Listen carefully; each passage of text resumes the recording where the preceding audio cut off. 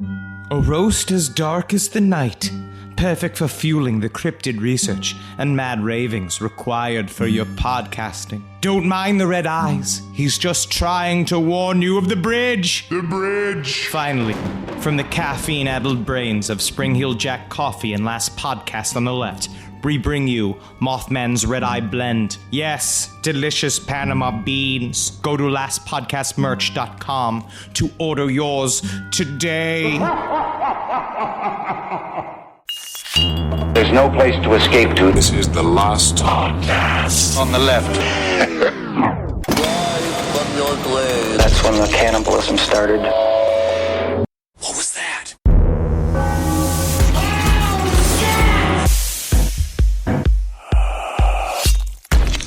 But again, the main problem with these whistleblowers is that all they got is whistles to blow, but I don't see anything for show. I haven't heard them whistle yet. I'm hearing a tweet, tweet, tweet, tweet. I'm hearing a...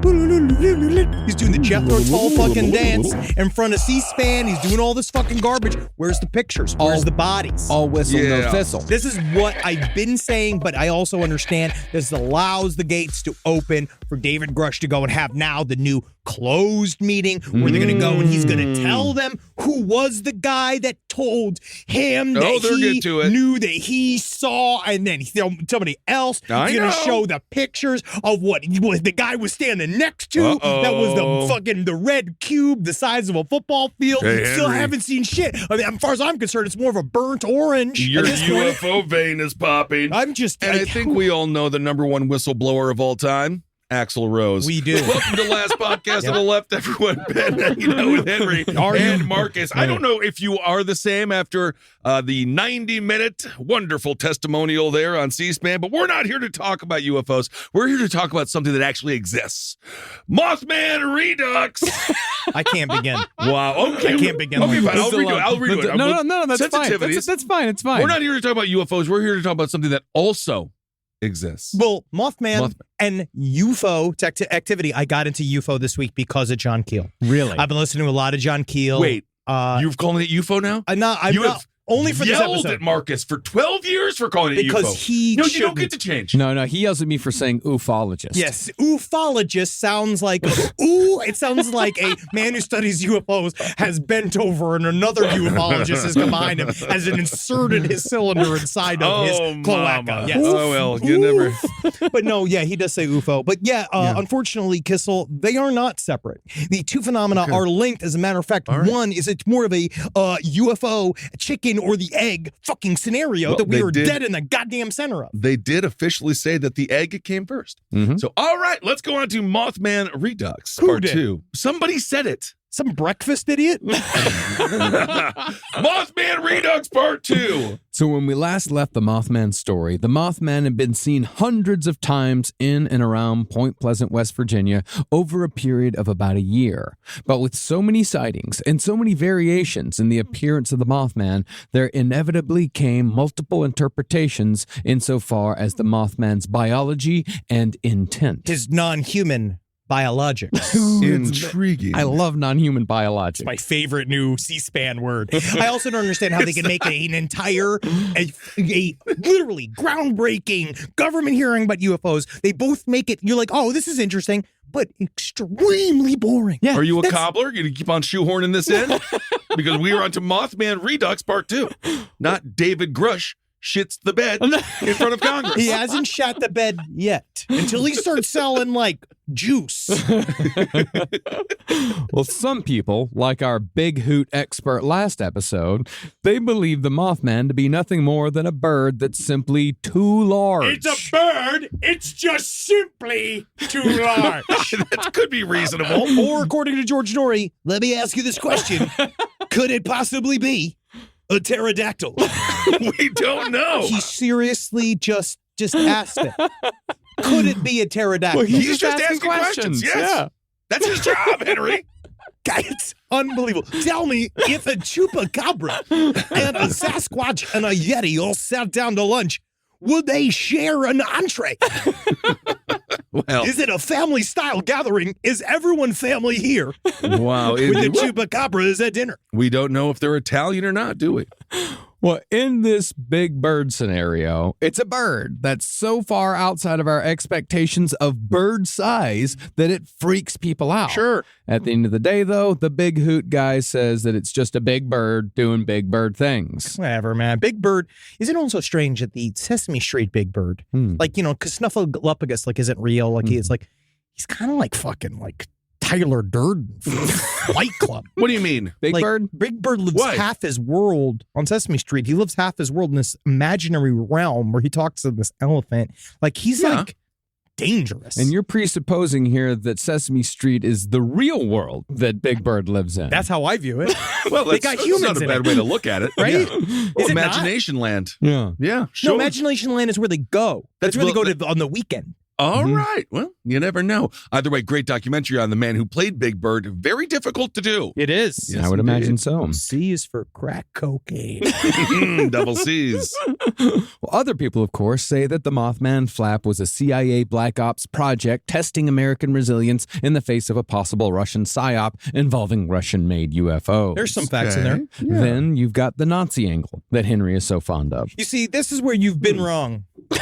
You've been wrong this entire time, as a matter of fact. Okay. According to The Mothman Speaks by Andrew Colvin, which I dare you to read. All right. Because it is a man self-describing. Well, he's self-transcribing an interview with someone who doesn't exist, who then the interviewer asks him questions within the book that he then does not answer. So he just made it up but didn't make up the answers. He made up the questions but not the answers. He made up the questions and then answered something else. Like you'd be like, so what was your first experience with the Mothman? Right. And then he goes into a really long description about how, Men in Black, they're often described as, this is an old term, he called it the Oriental MIBs, right? Which is a term we don't use anymore. And then he said that these so-called MIBs, what they actually are, were rogue monks that were created literally in a lab, like myself. They were created in a lab to come to America because when the CIA was trying to get the Dalai Lama out of Tibet, what all of his fellow monks were trying to do was send the new Dalai Lama to America to be born out of an American pussy. And so these MIBs were like rogue agents against the Dalai Lama and against the CIA themselves. Or were they a rogue group within the CIA? I don't know. But they showed up at Point Pleasant, West Virginia, in order to find the new Dalai Lama that was born in West Virginia. Yeah. Well, it sounds exactly like the plot of The Golden Child. It's nothing like the plot of Golden Child. I do remember the pudding, though. All right. Well, they make that look good. Let's jump right in. Let's get into it. Well, the CIA Black Ops shed, the Big Bird, these are the more practical explanations. Very much so. They're rooted in the conventional realities of biology and government skullduggery. All of it deeply rooted. Utterly sensical. Of course. There are explanations saying that Mothman, however, was indeed a conscious creature, but still something paranormal. Or, if you're being difficult, a creature of the Fortean milieu. We're being difficult. We are. Okay. Mothman's like, no one believes me. Yeah. If you can't handle me at my Fortean milieu, you don't deserve me at my honk honk. Very good. That's Jeff the Talking Mongoose. That's merch. See, some think that the Mothman was and is a harbinger of doom who only shows up when something terrible is about to happen. He is not the cause of these events, but merely a side effect. So isn't that a good thing? He's like warning people, bridge about to collapse, get off the bridge. I don't think that he should take don't kill the messenger. But at the same time, no one believed the messenger. No one could understand that that's what the message was, right? Yes. Which is very difficult. The Mothman needs to be a little bit more specific. Right. Yeah, he just shows up and squeaks at people a lot. Go to your room. Go to your home. That means go to your home. Hunker down.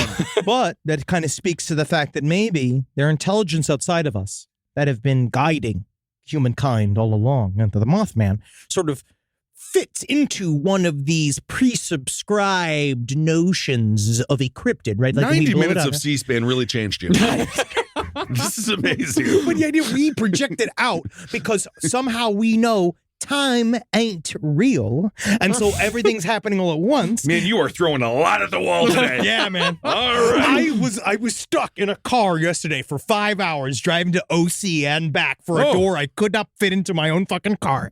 And the entire time, though, I just had Mothman going.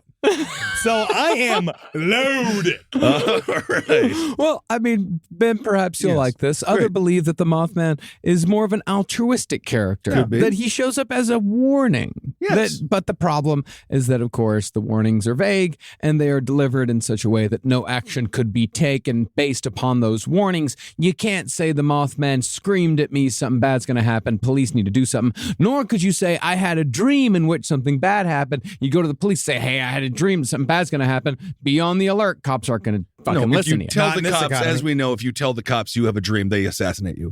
But what I am saying is, if you see the Mothman, just go home. Yeah. Just go home. Night's over. Night's over. You've seen no the matter Mothman. what. Yeah. But no matter if the Mothman truly was trying to warn the people of Point Pleasant about some impending doom, or if who's the a good example? Is Roger Clinton. Oh, God. Roger Clinton, we all should have understood. Right? Wow. Here we go, right? Didn't you get it out when you were screaming at traffic yesterday? In the middle of a sentence. Pointy. Roger Clinton, It was right? in the middle of a sentence. He arrives into this life to show us all. Unedible now. We can't edit this out. No. We can't. That shows that all politicians are indeed human. Right? And so he's trying to warn us of this fact. And we can never really know what Roger Clinton's warning about because he's always just going, he's playing saxophone, right? Bill Clinton plays saxophone. Yeah, but he did something. Wasn't he like, him and Sammy Hagar? He was an alcoholic. But he like sang songs. He was like a front man for a band. I think he was just a liability. Yeah, it was a liability, and then he had a lot of privilege, so then he was able to go on stage with Sammy Hagar, and then you don't kick the president's brother off stage. But nobody wanted to believe him. He didn't say anything accurate. He said absolutely. He had no message. You gotta get to the bottom of the message. He did Farm Aid. He did Farm Aid. He played Chuck Berry. All right, let's just get back to Mothman Redux. But no Part matter 2, if thank the you. Mothman truly was trying to warn the people of Point Pleasant about some impending doom, may I continue? Please. Or if the Mothman was a part of the doom itself, the fact stands that the mid-60s Mothman flap is intrinsically linked to the tragic Silver Bridge collapse of 1967. I-beam 13! And that's why, from then on, every single time you see the Mothman, you can bet your bottom dollar, friends, that 13 months from the moment, something else is going to happen. All right. Bridge collapsing is horrifying. Yeah. And I've been driving all over California, and there's a lot of bridges. Mm-hmm. And if they collapse, you fall about 100 feet and you die. And I hate bridges, and I'm scared of heights. And you want to shut your eyes when you're driving on them, but that'll probably not be good. You really shouldn't. No, you you should got to not. keep your eyes open and Yeah, focus. you really should, yeah. Yep. Now, by the time the Mothman flap came to a head with the bridge collapse, Fortean investigator John Keel had already been on the scene for months, interviewing people and studying the Mothman phenomena. Do you know that he was not there? Wait, what? He was not there originally to research the Mothman. Why was he in Point Pleasant? So he was in West Virginia. So like an ice cream competition? He was telling and writing the story. He was investigating the story about a cat with wings that this woman said that she owned. And that when he arrived to see this cat with wings, it had been given to a teenager because it's, unfortunately, yada, yada, yada, its wings had fallen off. It fell off. And it was just these I mounds see. of gristle that they then had. And because then the woman originally had the cat with wings, gave it up because now that the cat didn't have wings, she didn't really want a regular cat. What's the point? Yeah. So that's literally what he was doing. And then they're like, there's a Mothman downtown. And he's just been like, oh, thank God. Wow. Have you heard John Keel? What a fantastic life. Oh, my God. What a great life John Keel has. Yeah. He goes wherever he's called. As I said, it was just amazing because one day I'm just a normal reporter and the next day I'm in the Mothman business. That's fantastic. And what a business it is. But then the rest of his life was him just bitterly just being like, They're all making money off of me. They're all making money off of me. My Mothman's mine. The $1 billion Mothman business. And yet at the same time pissed off at being known as the Mothman guy. well, because then he couldn't go Seems to just incredibly difficult as a human But being. he finally Like a got his... lifelong bachelor. He finally got his big check, right? Because Mothman Prophecies, the movie, finally came out near the end of his life, 2002. And he was just like, so he was like, I was so excited to go to premiere, but the next thing I know, apparently, according to the doctor, no one knows why I went temporarily blind. he just had gone temporarily blind and no one could figure out why. I mean, that's almost, again, the Mothman. That's what he did blame it. Yes. Well, interestingly, Keel said that he was getting strange phone calls from people claiming that they were in contact with aliens who were making vague predictions of future events on a national and sometimes worldwide scale. This was in the months leading up to the bridge collapse. Okay. Hi, is this John Keel? Is this John Keel? Yes, sir. You've reached the Keel hotlines. Yeah. Let me tell you, I bet you're gonna fucking gonna get stuck in a trash can later. Tell him he's gonna get stuck in a trash can. Piece of shit. Tell him he's a piece of trash. That's very distressing. Yeah. Very distressing indeed. And then, they all just round him up and shove him in a fucking garbage can later. Yeah. Like, I said that mysterious phone call earlier. Yeah, You never could have foretold this. No, not at all. And then you ended up in a trash can, didn't you? Well, some of these predictions turned out to be true and some of them didn't. For example, one prediction in which the Pope was stabbed, that never came true. So we called him up and said, Pope's going to be fucking stabbed. That never happened. He did get shot. That's what I was going to say. 14 years later. That doesn't count. That doesn't count. If it was 13 years later, we would have to make it count for numerology. I-beam 13! But okay. But another warning did prove to be true. One caller said that Robert F. Kennedy was due for an assassination, and sure enough, RFK was killed the next year in 1968. However, that could have also been a lucky guess, because when it came to assassination trends in the mid to late 60s, the odds at Vegas would have been pretty high for RFK. I mean, his brother... His head just did that. His head, well, you know what I always thought? It was a suicide. Yeah, it was suicide. So, but it does feel like if your brother, who's president, got like very publicly assassinated, it does seem to speak. Well, you'd be higher on the list. RFK definitely was higher on the list to be assassinated than like Stephen Urkel. Urkel, White. He wasn't born yet. I don't know. He wasn't born yet. But check out that speech that he gave. The speech he gave right before he was shot was amazing. Jaleel White? RFK. Well, I'm saying more from the fact that a lot of hope and change people were getting killed in 1968. Oh, yes. You know, Very MLK. dangerous. It was just 60s was at the time of assassination, and RFK was trying to change things. So, yeah, it's pretty likely you're going to get shot in the Not to head. derail too much, but there was just some new documents about Malcolm X, but the person that shot him, the cops were like, is he with us? Yeah. Because who knows, it was an inside job. It was all of it was, it's all deeply fucked up. And they were all like, the CIA was all up inside all of these movements. It was bad time. Let's get back to goofballness. Let's get back to goofballness, but I will say that book on Charles Manson, the new one that came out, Chaos, I'm reading it right now. Yeah. It's fucking great. I am more and more certain that he definitely, I mean, he got acid from MK Ultra. We know that. We know that for certain. From the program. But but look at Ted Kaczynski. Same thing. He just had a psyche shatter, but who knows? Now we're in, you got me here. Now he's here. But what's most interesting about these predictions is that at one point, someone called John Keel to tell him that the Silver Bridge between Canoga, Ohio and Point Pleasant, West Virginia was soon going to collapse. Oh, no. How am I going to get to Canoga, Ohio now? Now, this could be the power of suggestion, but in November of 1967, one of Keel's Mothman witnesses, Mary Heyer, she said that she had a nightmare in which people were drowning in the Ohio River, and Christmas packages were ominously floating in the waters around them. Do we have any evidence that John Keel was just down there gnawing on the bridge? Is it possible that as soon as he found this out, he was just like whittling on it? I will also say it's a fairly poor part of the country, especially at the time, so the whole thing you can kind of see was probably in disarray, and it's very scary. Well, it's also not as poor. It wasn't as poor in 1967 as it is now. Things were much, much worse in West Virginia now than they were back then. Every time I was driving to JFK in New York City, you look under the bridge. You see that, and everything is rotted out. I just don't look. At any time, you can basically, in this country at this time, just say a bridge is going to collapse, and you'll be right 7 out of 10 times. You might be. Reportedly, Mary was not the only person having these dreams. And as it happened, at 5:04 p.m. on December 16th, 1967, as dozens of cars were stuck on the Silver Bridge in rush hour holiday traffic, a low metal moan began to emanate from the structure. No, it's not orgasming.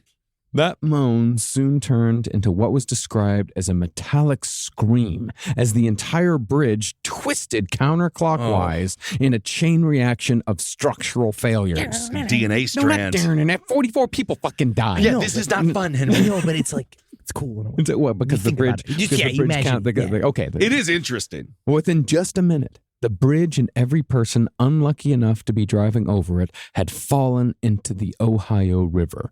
37 cars plunged into the freezing river below, and most of these cars were occupied by holiday travelers carrying, you guessed it, Christmas presents. Oh my God. That is really, there's something there that's very creepy. It's haunting. And then just fucking watching Mothman smoking a cigarette, watching the whole thing, being like, fuck Christmas. Oh, he's like Melania. Well, from eyewitness accounts, the scene was madness, happening both in seeming slow motion and far too fast for anyone to do anything to help. Oh. Some of the cars that fell bobbed for just a moment, as if by some miracle they might float. But like all the rest, those cars sank to the bottom of the Ohio River. 46 people died, either by drowning in the cars when the windows broke and the river waters rushed in, or when the wreckage of the bridge itself crushed them underneath. What's worse? I don't know. With any luck, you just pass out on impact. Well, you just hopefully you get crushed instantly. That's my hope. Well, I would horrible hope, death. I hate that. I would hope that upon impact, my head would get knocked on something and I'd just go unconscious. Yeah. I mean, as far as technically, I I know- would hope that I would have enough, just roll down the window and swim out. I just choke yourself. Yeah. That's what I do. That's what, again, that's a good ripcord. Well, one thing that I couldn't find, I tried looking for it. Like, I tried finding any evidence of someone escaping. I couldn't find any. It happened that's what, it exploded. Yeah. Essentially, I also it exploded. One of the I-beams buckled from underneath it, and the whole thing fell apart. It took a matter of seconds. Yeah. But I do think that's an interesting description. It's very fast, but also you see it happening all in real time. Your brain probably slows things down. Well, because also And then you're just in like, your, you're in your car. Something is happening that you'd never expect. The bridge you're on is collapsing. And so you probably just don't, you're like, that's oh man, bridge moving funny. And then by the time you're feeling it, it's already happening. Yeah. 44 of the 46 bodies were eventually recovered over the following weeks, but 2 were never found. These unfortunate souls had either been crushed completely by the rubble or they had floated down the river after they died. Well, this is again another day, another reminder, don't jog because somebody found those bodies. Nope, no one ever found them. Okay. No one ever found anything. It could be crocodiles. Are there crocodiles? It's winter in Ohio. Yeah, there's no crocodiles. No crocodiles. All right. Cold-blooded animals. Largemouth bass. There's very few. There's far lesser bear attacks than I thought there were before. So we talked about this in the stream. Yeah. Live from your grave. Now, the bridge had not been inspected in 16 years prior to the collapse, which makes it easy to blame the disaster on laziness. But the official explanation was that a defect in an I-bar pin only 1/10 of an inch deep caused the collapse, and that defect was so small that even a seasoned inspector would have missed it. Well, that's reassuring. Yeah, but what if you had an inspector that didn't have any salt or pepper? There you go. He's made in a laboratory. In a lab. Yes, indeed. Really, The COVID-19 of comedy. That's me. Taking the world by storm.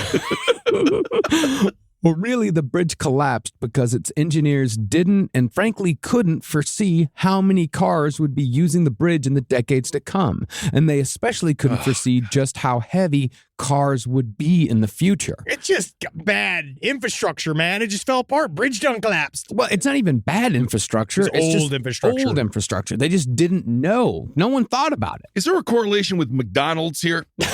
Everyone's getting fatter and fatter No, and it's fatter. the cars that are heavy. The cars themselves. The cars Okay. themselves. Between 1928, the year of the bridge's construction, when Model Ts were still the fucking kings of the road. And the car will never get more improved than this. No one will ever move faster than when dancing with Charleston.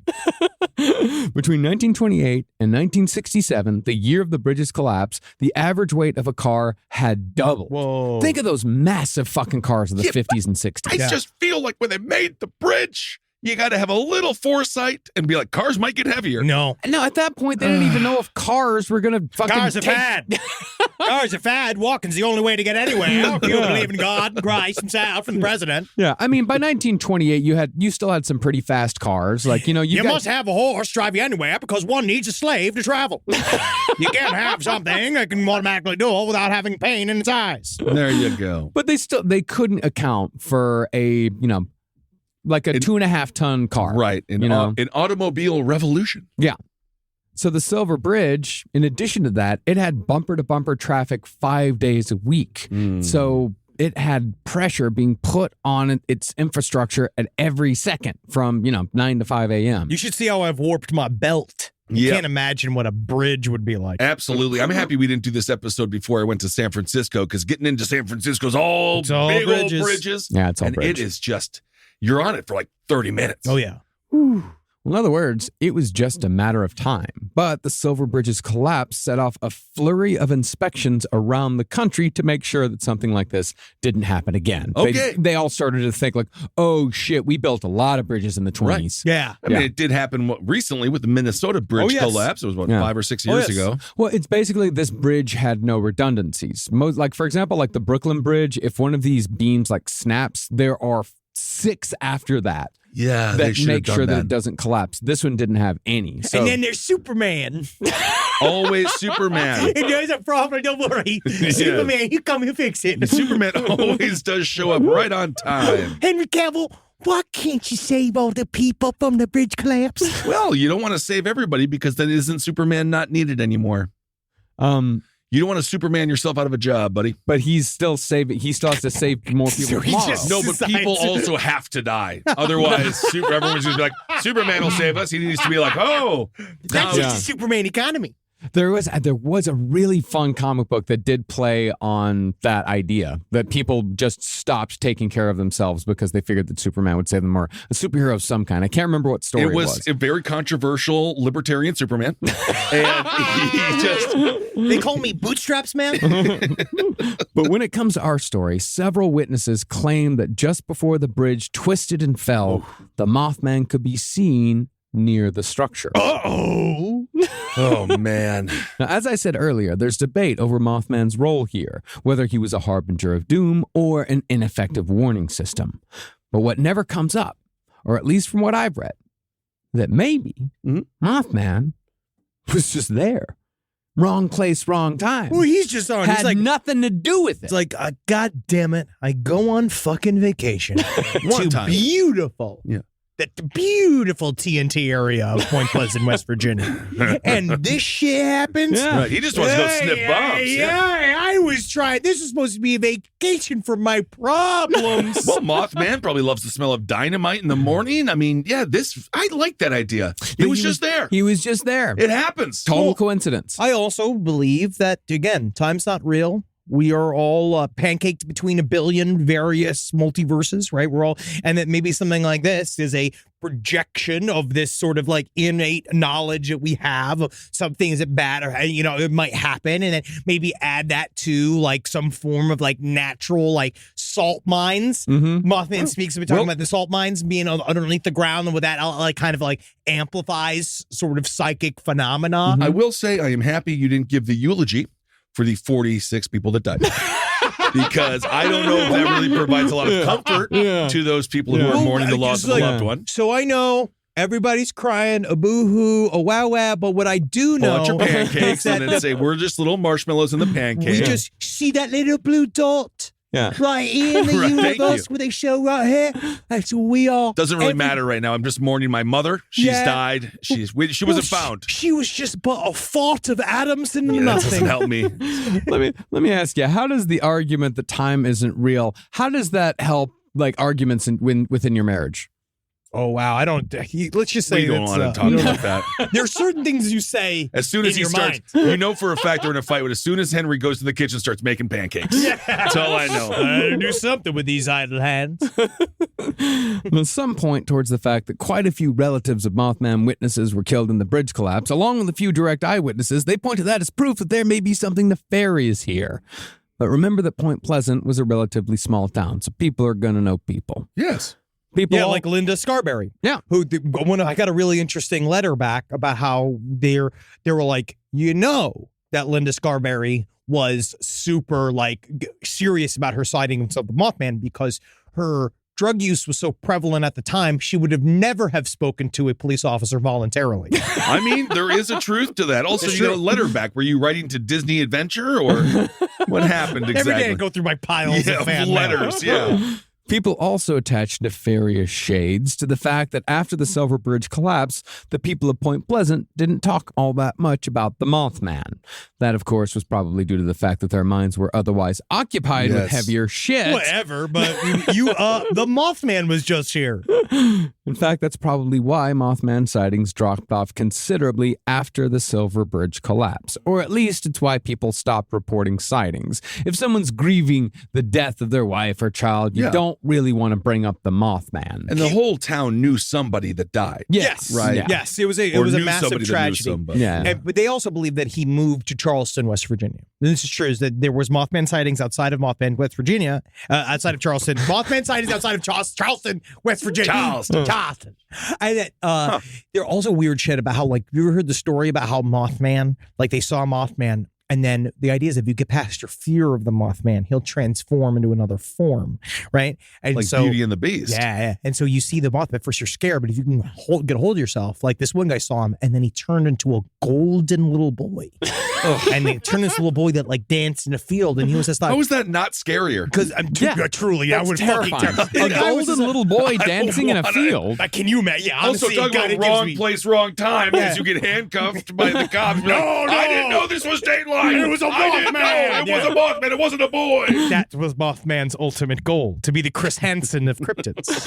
And some say that the Mothman disappeared after the bridge collapse because it had already done what it needed to do. Yep. Absolutely nothing. But if you want to get a little deeper on it, if we're talking interdimensional beings and the collective unconscious, it could be that the magnitude of the bridge collapse snapped people out of whatever shared experience they've been having in the year leading up to the disaster, and poof goes the Point Pleasant Mothman. Okay.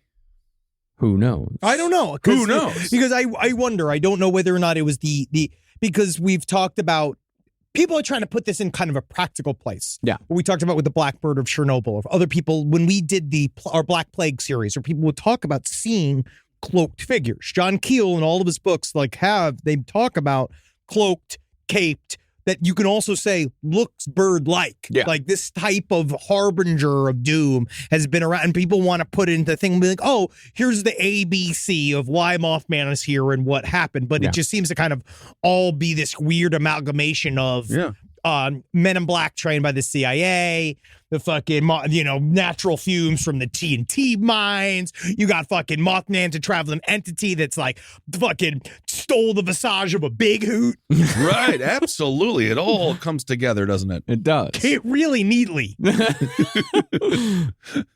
But either way, the Silver Bridge collapse was the climax to the Point Pleasant Mothman flap. But the Yes, indeed. If you hear your bridge moaning and groaning like it's your wife on your wedding night, get off of that bridge. I can't take any more weight. That would be my wife. It's just a lot of weight, honey. Was I supposed to like lift myself up with my arms? I thought we were doing more seal love. It's almost Christmas. Yeah, let's go pretend I'm a whale and you're the beach. However, the Mothman was not the only mysterious figure poking around this region of West Virginia in 1966 and 1967. The other character in this story is a supposed alien named Indrid Cold. That's my fucking boy! Okay. I love Indrid Cold, man. Yeah. Now, Indrid Cold was not the widely experienced phenomenon that the Mothman was. Cold's exposure was limited to only a few people, but it mostly focused on one man named Woodrow Derenberger, Woody, to his friends. Salt of the earth? Yeah. Salt Truck of the driving earth. salesman? Mhm. I love a Derenberger. I think they're fantastic. Every third one will kill you. That's very good. So you want to eat one if you dare. Now, you recently, as of last episode, you said that the Mothman was the sonic youth of cryptids. Did he say that? Yes, he did. I actually got a lot like Lot that. of pushback. Our friend Joe Garden sent me a very Vitrolic series of texts. Yes, a You lot made of Joe mad. He's one of the nicest guys we know. Yeah. But where would you put Indrid Cold? Oh, wow. Indrid Cold. If I were to put Indrid Cold anywhere. 5 guys know him. So you know him. It's like a band that you know, and then you'd be like, have you heard of the Turbo Fuckers? And Yeah, I'm like, what? I mean, And then seriously, you're like, I was like, hey, buddy, what's going on? He's like, I've just been listening to krautrock all day. they do It's like, skull. this Even skull- I've heard of that genre. I never even heard. I didn't He'll hear say stuff in like, krautrock. do you know what skull tap is? And I was like, what's that? He's like, it's when everyone tap dances on bones. Yeah, it was the most famous music from 1931 for 2 weeks in 1931. We're going to pick back up in Germany, 1941. I'm going to say Indrid Cold is the Clara Rockmore, theremin artist from Exactly. the 1920s. Exactly. Wow. No idea. So cool that he knew that. All the girls. I can't believe that he I knew that heard random name. The collective splash I've heard from every woman who listens to this show. They were like, ooh, obscure theremin player. Mhm. I'm about to. Yes, indeed. I discovered Clara Rockmore a really weird night when I met this woman at Detroit Rock City. Remember that place in the Lower East Side? Yeah. We went up to her apartment in Harlem, and we did a lot of cocaine and just sat there listening to theremin music. And then I just went home. Oh, what a great story, Marcus. You sure you don't have a son somewhere? No romantic. It wasn't romantic at all. No, I believe it wasn't. I believe that it wasn't. Yes. Now, the reason why Indrid Cold is sometimes folded into the Mothman story is because Indrid's first appearance came just 9 days before the Mothman sighting at the TNT plant that kicked off the flap, and it occurred just an hour northwest of Point Pleasant. So on November 2nd, 1966, Woody was driving back to his home in Mineral Wells, West Virginia from a business trip at around 7:30 p.m. Woody was a traveling salesman and had been out in Ohio selling sewing machines. Oh. Yeah, he's a normal guy. I love it. Yeah. Yeah. But as he was driving down this isolated road, Woody saw strange lights ahead. Now, at first, he thought he'd run across a police roadblock, so he stopped. Later, it would come out that multiple people had seen those lights that night, and all of them had driven right on by as fast as they could because they were really fucking weird. Remember, this is the lead up to the beginning of the official first Mothman flap. So there's a Right. lot of UFO activity. There's a lot of weird lights, poltergeist activity. This is kind of why, while John Keel was doing the cat with wings bit, it's also because it was kind of like what he would do, which was kind of makes him both the coolest and loneliest man that's ever lived, where he just gets, all he did was follow UFO lights his whole life. Yeah. Well, there's nothing sad about that. He'd be happy now. But Woody did stop, and he soon saw that the lights were coming from some sort of aircraft.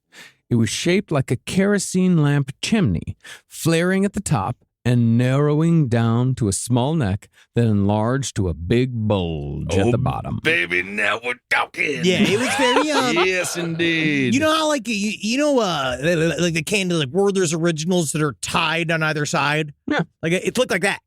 No, I it was didn't. thinking like a hot babe. It looked like a kerosene lamp.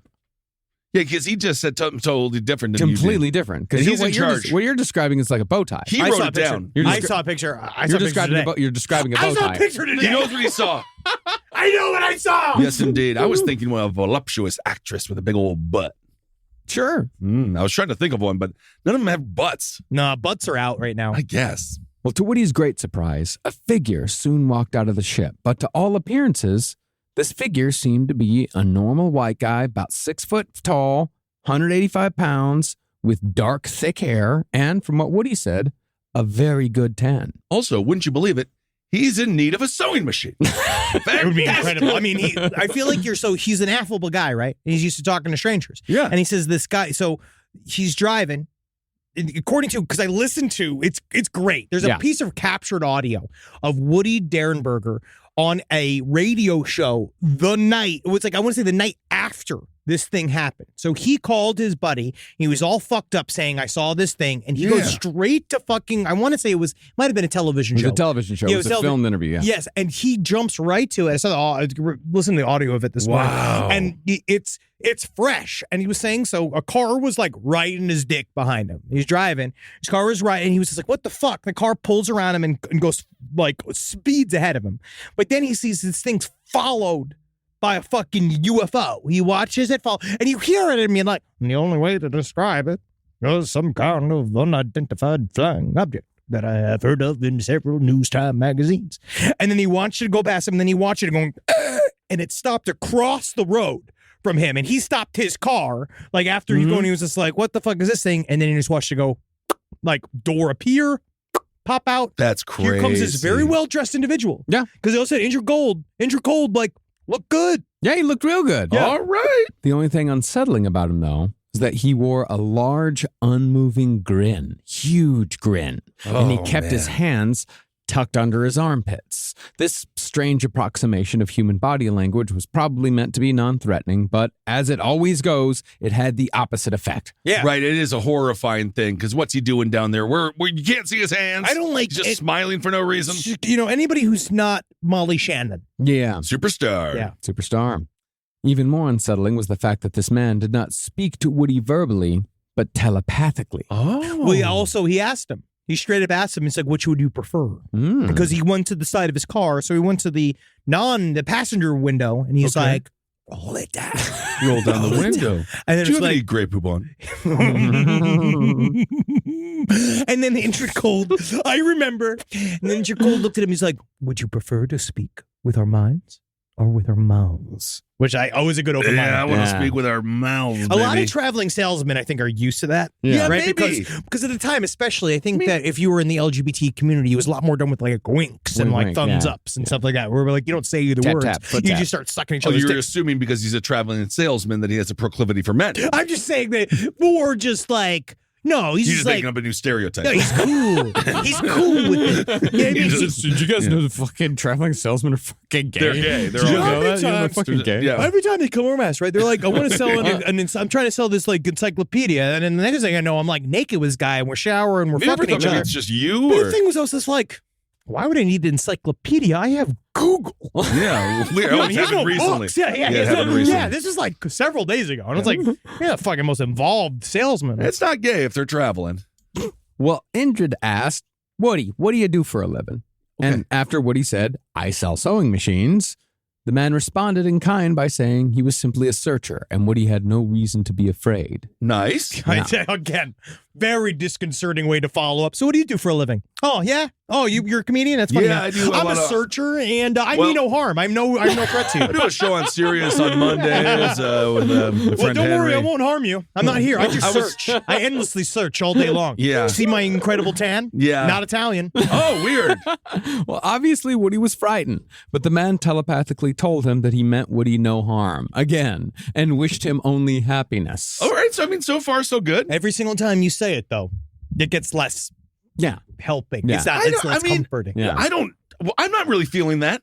No, I feel no, like this is nice. That's what Because Woody he literally could have Derenberger. been like, I'm going to wear your skin. You know, I'm going to do horrible things to you and eat your eyeballs. And he was just like, I wish you no harm. I'm a good dude. I'm gonna rape you like I'm a traveling salesman. Right. So No. he doesn't, but he didn't say that. So I feel like overall, I think honestly, it's a little bit of alien bigotry. No, it's true. Because he's doing nothing wrong. Woody Indrid- Derenberger. Woody Indrid Derenberger with a D. Yes. Indrid. Indrid. See.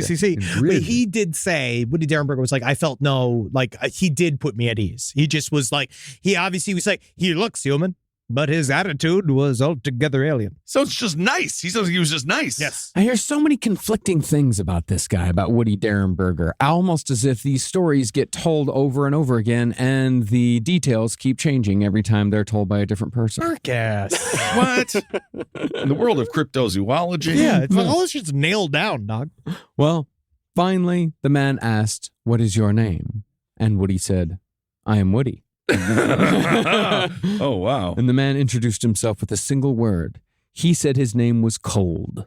And just like Woody, he slept and breathed and bled, just as humans did. Hey, man. Again, Awesome. dude. Cool, good. All A right. lot of information. That's where, yeah, cool. Oh, great. You bleed? nice. Awesome. Good to Like know. me? And eventually, Woody would come to know the man as Indrid Cold. Okay. But just as Cold began explaining the similarities between himself and Woody, it's not just that we sleep, then we breathe, then we bleed. There are many things that we share. Woody suddenly found himself parked in front of his home. He walked inside with such a shocked and disturbed look on his face that his wife assumed that he had just had an accident and had killed somebody. Wow. All right. So There he needs was, to be, you need to put a sock on the doorknob or something if you've done that. Yeah. You know what I mean? It need to be, yeah. But no matter what, though, he really was affected by this. Well, it's because he said that he pointed towards Indrid Cold with his elbow Mhm. pointed towards the city that was like, I think it was Harrison, West Virginia. And he was just like, what is that? And he's like, that's called the city. That's Harrison. And he's just like, where I am from, in Lanulos, we call that a gathering. Yeah. And then he's just like, well, isn't it similar? all right. Isn't it similar? But you're just a searcher. That's all I do is search. Search and look and ponder. I'll look on the side of your clothes. Well, Cold never did that. Cold never did that. No, Cold was quite the gentleman. Indeed. Throughout. Now, of course, all Woody could think about the next day was Indrid Cold, so he decided to go to the police to report what he'd seen. They questioned him for 3.5 hours, and somehow Woody's story made the local radio and the local TV news. What do you mean somehow? What the fuck else is happening? This man wants to talk, and there's a camera crew ready to listen. This was a very specific time period. There's something about this time period where there were a lot of people were extremely interested in this story. I don't know what I really do think it's because of Woody himself, because he's a regular guy. He really was. He's just like Jay Leno. Yeah, he's just a regular guy. He's got his Hot Rod magazines. He sits right there. He brings them remote. Yep. Now, if you're a skeptic, you might say that Woody Derenberger's story of a man in a UFO airing just days before the first Mothman sighting, you might say that primed the people of this region of West Virginia for paranormal experiences, hence the Mothman and everything that came after. Additionally, when you get into Woody Derenberger's further adventures with Indrid Cold, it is frankly very silly.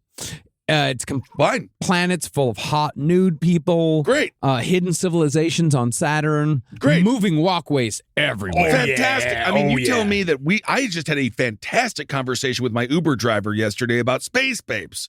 And we all agree these chicks might be hot coming from space. We don't know. Or they might be pizzas. I want to see them. But then if I'm supposed to find pizza sexy, call me pervert. Also, we were also thinking if they are squid-like, we'll eat them. Oh, yeah, for a while. And then we'll fuck them. We'll see. We'll see. If they're squid-like, you think we'd eat them? Calamari. I think so. I actually do, yeah. I definitely think. Well, you don't like calamari, right? Oh, I love calamari. I had some barbecued squid the other day that was delicious. Oh, then you'd be right there. It's very possible we might just eat these aliens.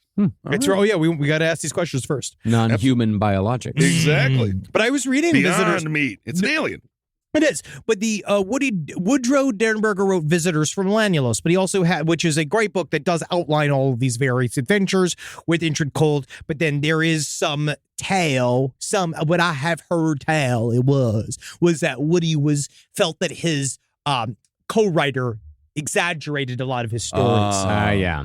But it's interesting. It's great. It's in the terms of like the Hall of High Strangeness. It's a great book. Yeah. Indrid Cold actually does not have a lot to do with Mothman at all. We're doing Mothman here.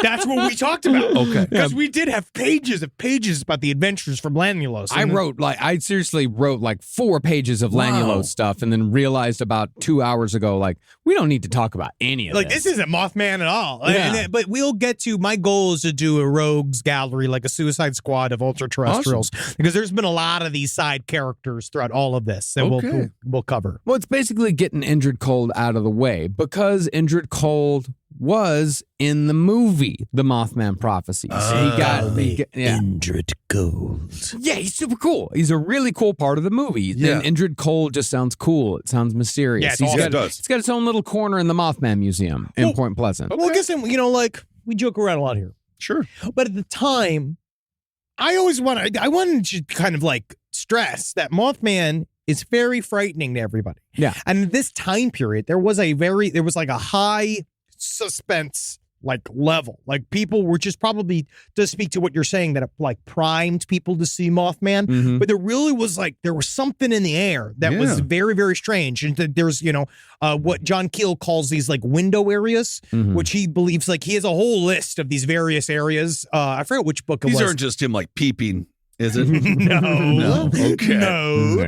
But he has a whole thing where this is a spot in the world where we either crack something open while we are mining. Like, if you want to get super, number one, both dumb and practical. Like the idea that we cracked something open while we were mining and then we opened up some weird hole to another dimension, and that these window areas kind of open and shut every once in a while, and sometimes the window gapes enough to let in a big old cryptid, and sometimes it just like farts of ghosts and stuff like that. Or is Mothman a goddamn pterodactyl? Like, is it We ghost just of a don't pterodactyl? know. We I don't know. just don't know. I wonder if there's any sort of correlation between the rise in UAP sightings and fracking. There must be. I Swamp gas. can guarantee. No, that's what Henry's giving a guarantee. cracking something open. That's what I'm saying, Maybe cracking we'll it open. see. Yeah. Well, we better just keep on doing it until we find out. That's the only way. Let's keep on doing it until we find out how horrible it is. Rise from your grave. But if you're a believer in the Fortean milieu, you could say that at the very least, Woody's initial encounter with Indrid Cold was genuine, and therefore the beginning of the overall 1967 flap. If he did have this experience with this alien, yes, he has carte blanche to exaggerate. Oh, yes. Yeah. Yes. And speaking of flaps, Point Pleasant is by no means the only place in America that has been plagued with Mothman sightings. No, man, Mothman's back, dude, in a big fucking way. And we've been covering it on Wow. Side Stories for fucking years now. Yeah. Yes, indeed. Since 2017, Chicago, Illinois, and the surrounding areas have been host to a Mothman flap all their own. Oh, yeah. Just like the sightings in Point Pleasant, the Mothman of Chicago is described as a 7-foot-tall being with 10-foot-wide wings and red eyes. And just like the Point Pleasant cases, this Mothman shoots straight up into the air when it feels like it. They better get this guy on the Chicago Bulls. He sounds like he'd be a great ball player. I don't know. I think that when he'd come down, he'd understand that he has a high price point. I don't know what we do with these shoes because his feet are claws. Oh, So I his don't know feet how he are- gets that it. would mess up the court. I guess Puma could help. Puma. Right? I think Puma Yeah, could. Puma hasn't had a big star attached to them in a long No, time. I got the Mellows. Oh, is he with them? I did not know that. I don't know who that Carmelo player Anthony. is. Carmelo You don't know Anthony. Yeah, but I know the shoes. Unless you're talking about LaMelo. That's a whole nother I think it's LaMelo. Ah, okay. Who's that? He's the one with the big baller brand. His father was the one that everyone's like, oh, he's a super aggressive father who's pushing his kids too hard, but it turns out all three of his kids made it to the NBA, so So technically he's maybe a good technically dad. he was correct, yeah. I Yep. don't know if he's good dad. I think maybe But he took, he was. You know how we say capital G great men that we stole from Dan Carlin? yeah. I would put a capital D dad. You know what I mean? Where you just, it's a father. It was a lot of pressure. a father. It Yeah. was a lot of pressure, A but father. everything seemed Yeah. to work out. Yeah, more of I would actually say he was a really good boss. Yeah. Yeah. I wouldn't want him to be my dad, but I don't want my dad to be my dad. That's called life. That's called having a dad. Well, during the largest flap between March and July of 2017, dozens of people saw creatures that either were definite Mothman, resembled the Mothman, or at the very least had all the features of a flying creature that was simply too large. Mothman. People, again, big hoots. Everybody's been talking about this idea of like this concept of this sort of the Garuda.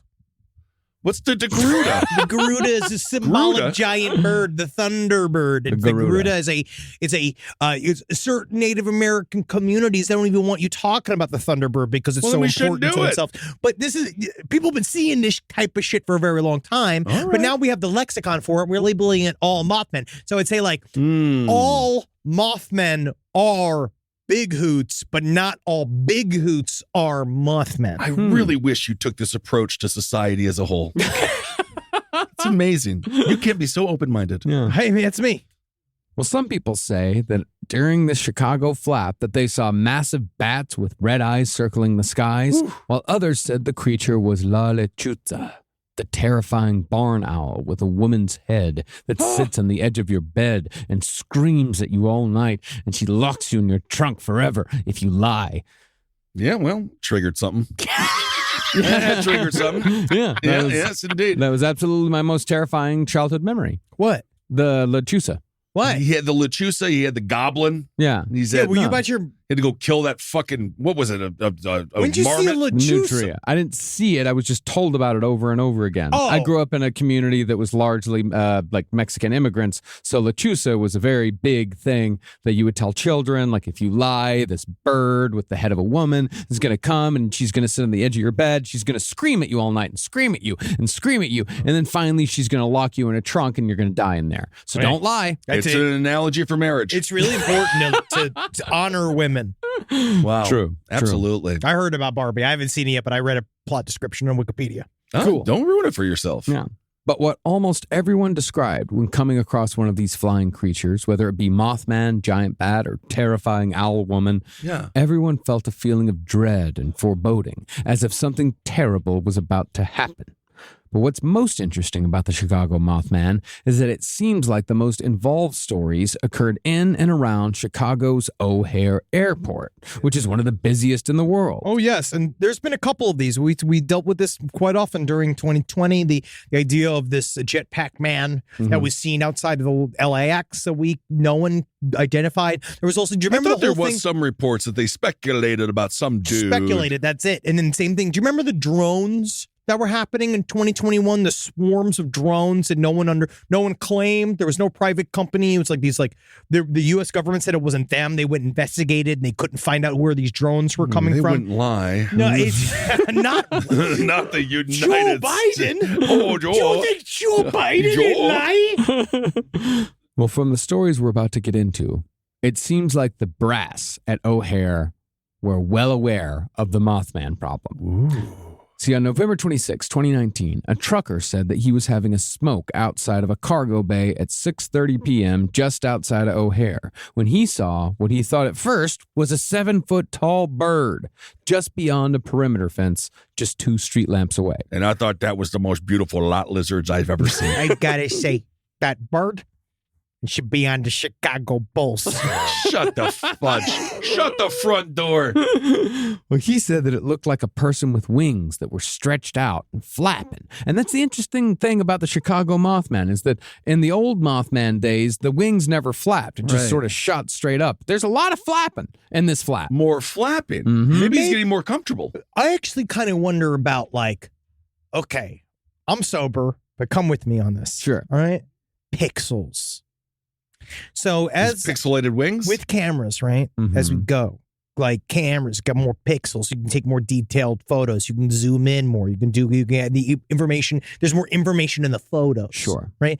As we have been trained, our brains have been trained by the internet for a capacity for information. We have so much more information flooding in at all times now on very aspects of screens. Everywhere you go, there's information. And maybe it's almost in a way, it's expanded the sort of rendering quality of our minds. You think that people have gotten smarter? No, I'm just more complicated. No. That's what Terrence McKenna talks about, this concept of novelty, and that we're moving towards a more complicated future. It's not better. It's busier. It's more. We have more access to information that shapes our perspective. Well, why'd you have to go and make things so complicated? I guess I must be Avril Lavigne. Yes, indeed. Love with the skater boy. But I could see that as well. We're more used to the Mothman. And maybe the Mothman unfurls his wings now that he's more cozy with us people. Well, the more we can just understand these things, the more that we've seen. Yeah, I know you're talking about the information overload. Your fucking T-shirt is covered in information. UFO types he's wearing today. I have 5 phones. Please don't. Then I actually will think you're CIA. I do 5 calls at once. Yeah, wow, that's really productive. Sometimes I put phones together and have them all talk to each other. That is kind of funny when people do that as a gag. Well, the trucker said that it looked like a person with wings that were stretched out and flapping. And after the creature walked away from the fence. Walked, yeah. The creature began to flap its wings before disappearing into the sky. Okay. Yeah, no penguin waddle here. No. Now, there are some discrepancies here when it comes to the Mothman. The trucker said the creature's wings were 6 feet across, not 10. Well, how do you really know? He's in the cab all the time. He doesn't know how big things are. I mean, I trust a trucker, but he's not going to be knowing. Well, then again, they do know a lot about space. Yeah, they do. Yeah, I mean, they know a lot about eyeballing. Yeah. He said that he knew the creature was 7 feet tall because the fence that it was standing next to was 8 feet tall. Okay. So he said there was about a foot there. So he could extrapolate. Gotcha. And instead of being gray or flesh colored, the creature was black. And he never saw the telltale red eyes of the Mothman because it never faced him. Okay. Oh. The next report, however, just a couple of weeks later, also near O'Hare, was far more Mothman-like. At around 10 p.m., a man named Daniel said he was heading to a bar near O'Hare to have some drinks with a few friends. Nothing more fun than an airport bar. Oof. You can see the captains before they fly the next day. And you're like, I hope I'm not on your flight, pal. Oh, yeah. As he was driving, he said that he saw a 7-foot-tall creature with wings, sporting the glowing red eyes of the Mothman. Again, It was standing next to a fence. All of these stories involve a fence somehow. Because it's O'Hare. No, well, but also remember the first time that the Mothman was seen, he was caught on a fence. Maybe he likes fences. Yeah. And just Maybe he has pica and he likes to eat fences. Well, yeah, he's a Mothman. Yeah, what? Yeah, maybe. Wow. Maybe Tell me, Mr. Mothman, can you even have a winter coat?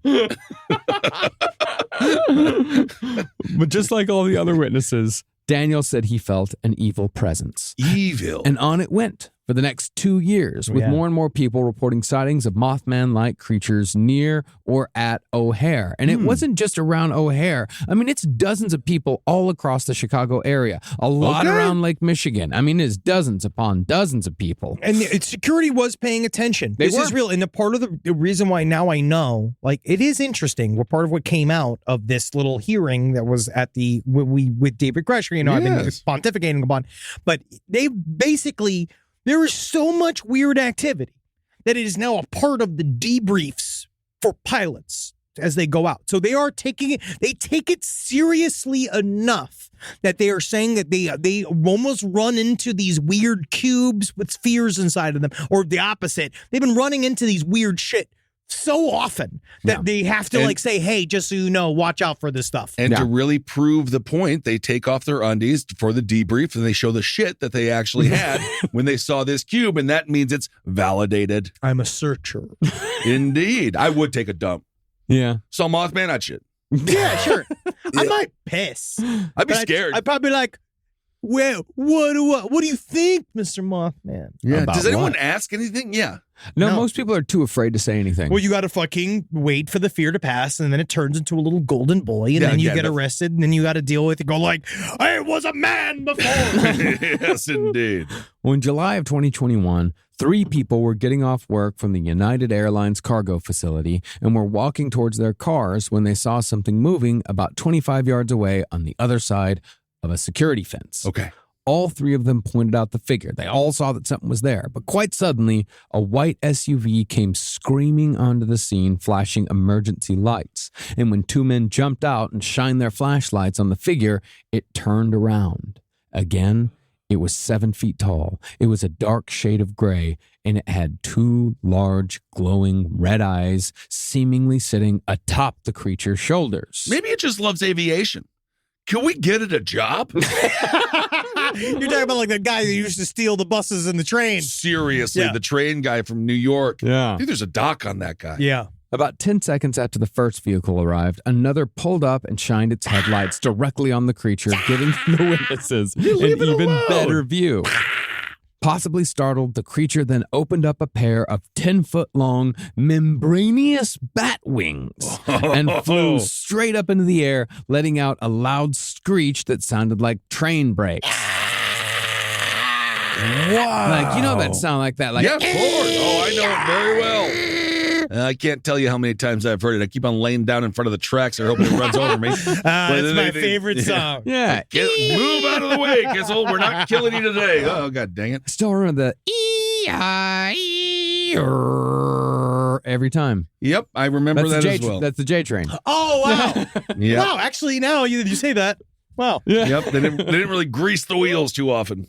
Every once in a while, they throw a homeless guy in there just to get the blood in there to keep the whole thing going. You'd be surprised. When just as suddenly as the creature flew off, a TSA truck pulled up to the spot where the witnesses stood and told them to leave the area immediately. Someone had made a call.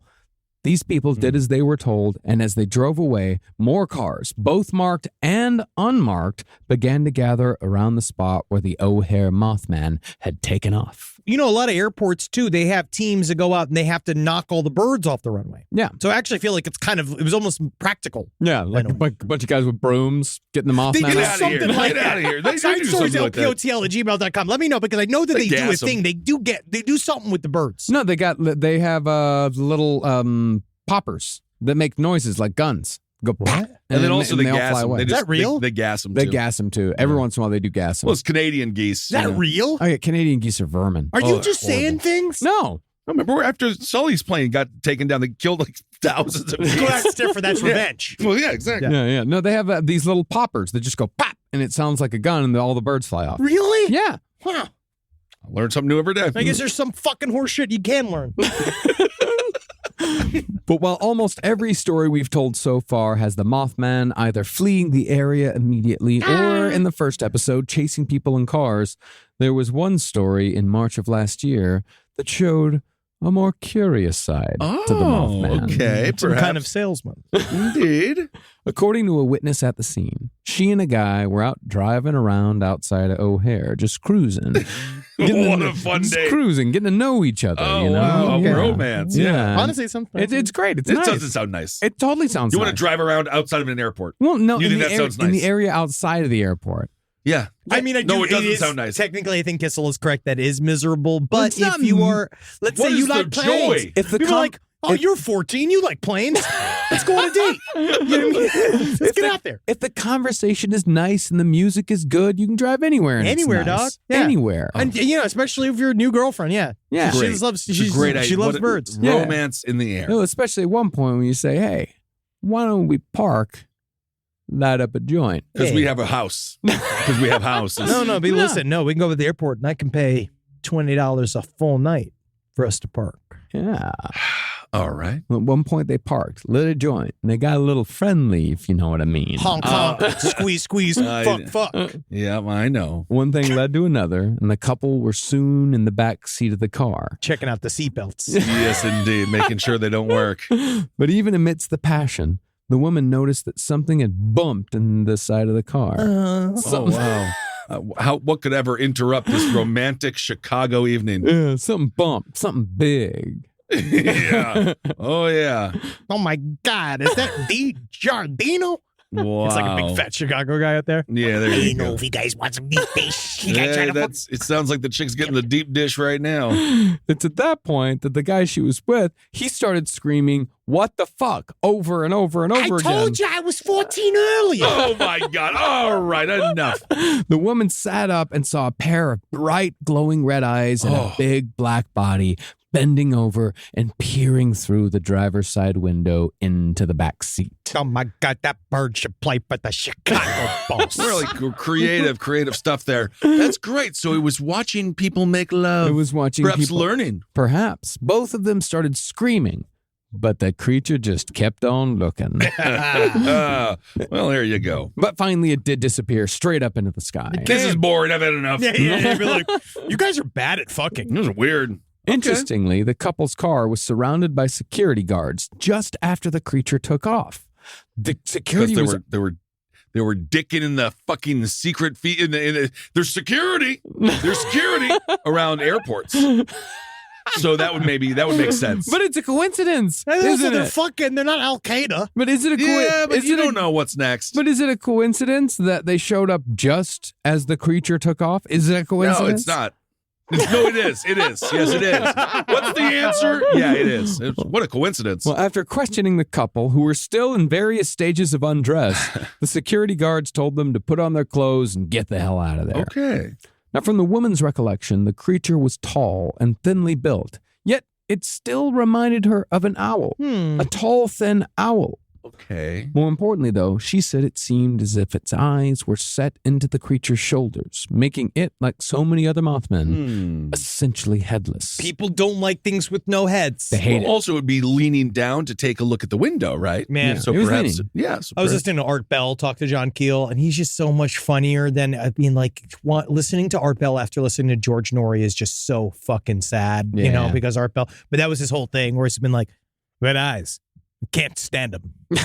Stop telling me about these red eyes. I hate them. Scares the hell out of me.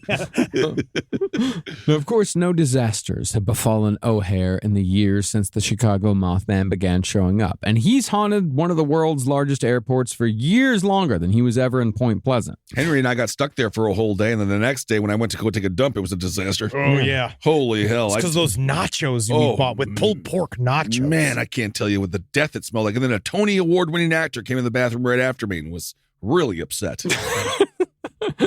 I still hold that as like a point of pride that, like, I kept telling you guys, like, you better leave early or you're going to miss your flight. That was a security thing. That was a security thing. Yeah, because that's why you leave early is because in case there's a security thing. I never miss a flight. I never missed lights. I'm like that. I show Flight up of 2.5 hours early.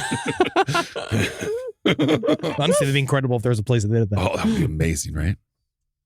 So, no disasters at O'Hare? Nothing bad happening? No plane crashes? Nothing that you're going to say? Nothing of note? Again, the Chicago Bulls have seriously fallen. They're not as good as they used to be. They are true, not. but that has really nothing to do with it. So it very well could be argued that while the Mothman failed to save those at the Silver Bridge so many years ago, he may indeed be a sort of guardian for the thousands that fly in and out of Chicago every day. Well, if that doesn't make you feel comfortable, then I don't know what else will. I do think that it's, who knows? Who knows? I think the Mothman is still out there. We're seeing him all the time. And I wonder if it's just way more, he's kind of slid into more of straight up cryptid territory versus the John Keel Mothman that is kind of wrapped in this whole UFO Men in Black aspect, because we haven't heard from Men in Black in quite a bit. We really haven't, but I put the Mothman definitely in more the John Keel world. Yes. I do not put Mothman in cryptid territory at all. At this point, I don't either. I do believe he is more psychic than he is anything. So he's not a cryptid. No, I do not put Mothman in the cryptid territory, because if you do put it in the cryptid territory, we're talking more a biological entity, and I do not know if the Mothman is a biological But we entity. did start this. We started this series last week where you ranked the 5 cryptids. Yeah. And you made Mothman a cryptid. The series is now over. But so now you're free to ruminate upon this subject. Because you remember, we're like Chupacabra, Bigfoot, Mothman, but you did say it was a cryptid, but now you're saying it's not. He said the thing right at the top, if it was a cryptid, but now you look on it, and now we can actually talk about it, how we feel about it. Wow, it's just so strange. Are you on a beach? Because it seems as if you have a flip-flop. Sure, it's a cryptid. Who gives a shit? It's a Marcus Parks. It's a Marcus Parks flip flop. No, I love the story. I can't wait to do more. We got Flatwoods Monster. We're going to do again all separate, even though it's probably a Mothman. I would say go and look at the Mothman Speaks by Andrew Colvin if you want to know. I just want to say you buy it. So you can see what I put our researcher Joel through. Yeah. When he had to read this thing and comb through this thing and understand like how World War III, Nazi Germany, Russia, fucking Farber, big Farber, was it the IG Farber? IG Farber, how that's connected to World War Mothman. III is going to start happening. Oh, buddy. All right. And then about this guy who built a shrine, because he built a shrine to the Mothman and then saw it, and the Mothman showed him that 9/11 was going to happen, and then Mothman was at 9/11. I've got the documents. I can show you the picture. The Mothman's at 9/11, again, doing nothing. Mm-hmm. Not stopping anything. Not stopping, but not necessarily supporting. Yeah. Yes, indeed. And I'm going to go ahead and say Indrid Cold, after thinking about it more the Brian Eno of cryptids. Interesting. Wow. I Yeah, actually the know who Brian that Eno is. of aliens, yeah. Oh. I know who that is. But Brian Eno during his ambient phase. Don't know about that phase. Yeah. Airport music? Music for airports, yeah. Oh, my God. That in the I know world? That. I know that album. All right, everyone. Thank you so much for listening. We hope you're smarter, dumber, and then you come out basically the same. We got some fun shit next week. We also have another series set up a little bit more true crime. We're gonna get some blood in there. And check us out. Check our stream out on the LPN TV, The Grind. Yeah. Check it out on twitch.tv/Last Podcast Network, 10 to 10 PST. It's gonna be a fucking blast. That's gonna be a lot of shit fun. show. Yeah. But I'm very, very excited. And check us out at the Palace, LA, November 4th. We're going to be doing our last ever Mamma Mia, Here We Go Again show. For this We're tour, gonna last show of this tour. Also, yes. check out Murderfist 20-year anniversary, September 23rd at the Dynasty Typewriter in Los Angeles. Still younger than ever, baby. We only get younger. I can tell by how I hurt myself sleeping. Oh. And then 10/20 San Diego. 10/20. At the Balboa. Come check out the LPN show. Have every fucking podcast you can possibly imagine from our network that's going to be there great. yelling at you. Thanks to everyone who came out to hail yourself in Las Vegas. We sold out Wise Guys. Nah, and that was very sweet. Everyone was super nice. And thank you for singing happy birthday. And thank you so much for everything. Also, happy birthday to you. Happy birthday to Rob. Happy birthday, Okay, Rob. We did it good. Yes, indeed. And I'll be in Ontario, California this Sunday as well. If you want to come on out. Again, if you're listening to this at any other time other than the year 2023, I will not be there.